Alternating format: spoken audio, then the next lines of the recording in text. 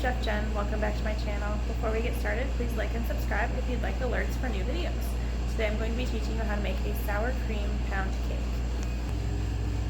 Now we will be making this in our stand mixer with our paddle attachment. We don't want to use your whisk attachment because we don't want to overmix it. If you overmix your cake batter, it's going to end up tasting like, or have the texture rather, of a bread or more of a quick bread rather than a cake. So to keep it light and airy, we're going to use our paddle attachment. So I'm going to start with 3 cups of sugar,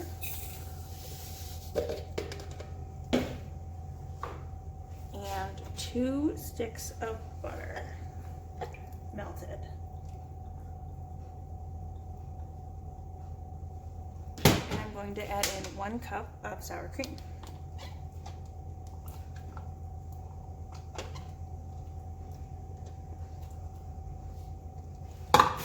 Mix that together. Now this part you can't overmix. There's no flour in there, so you're not going to overwork the gluten, or there's no eggs in there, so you're not going to overmix them.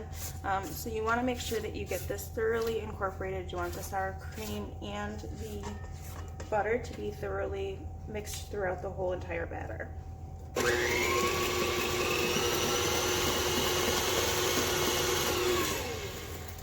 So we've got that. I'm going to add a teaspoon of vanilla. And I'm going to start my mixer and add in my eggs one at a time until they're fully incorporated. And I have 6 here to go for the recipe, so one at a time.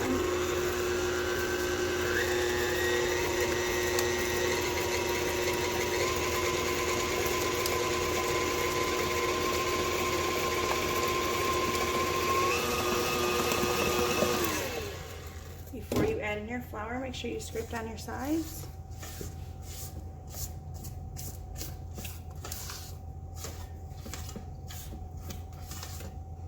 Now when we add in our flour, what you're going to want to do is mix it just until the dry ingredients are wet. So here we have 3 cups of flour with a ½ teaspoon of baking soda. Traditional pound cake does not call for any leavening. However, this recipe itself did call, so we're just going to use it. A ½ teaspoon isn't much. It's not going to do a whole lot, but it is going to make sure that it comes together.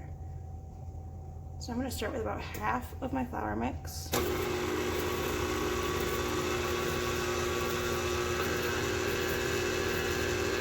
So it starts working in, and add the rest.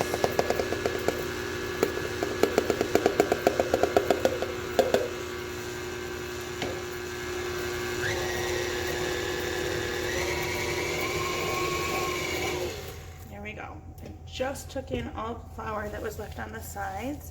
So I'm going to shut it off, scrape it real quick, turn it back on one more time for about 5 seconds, and we should be done.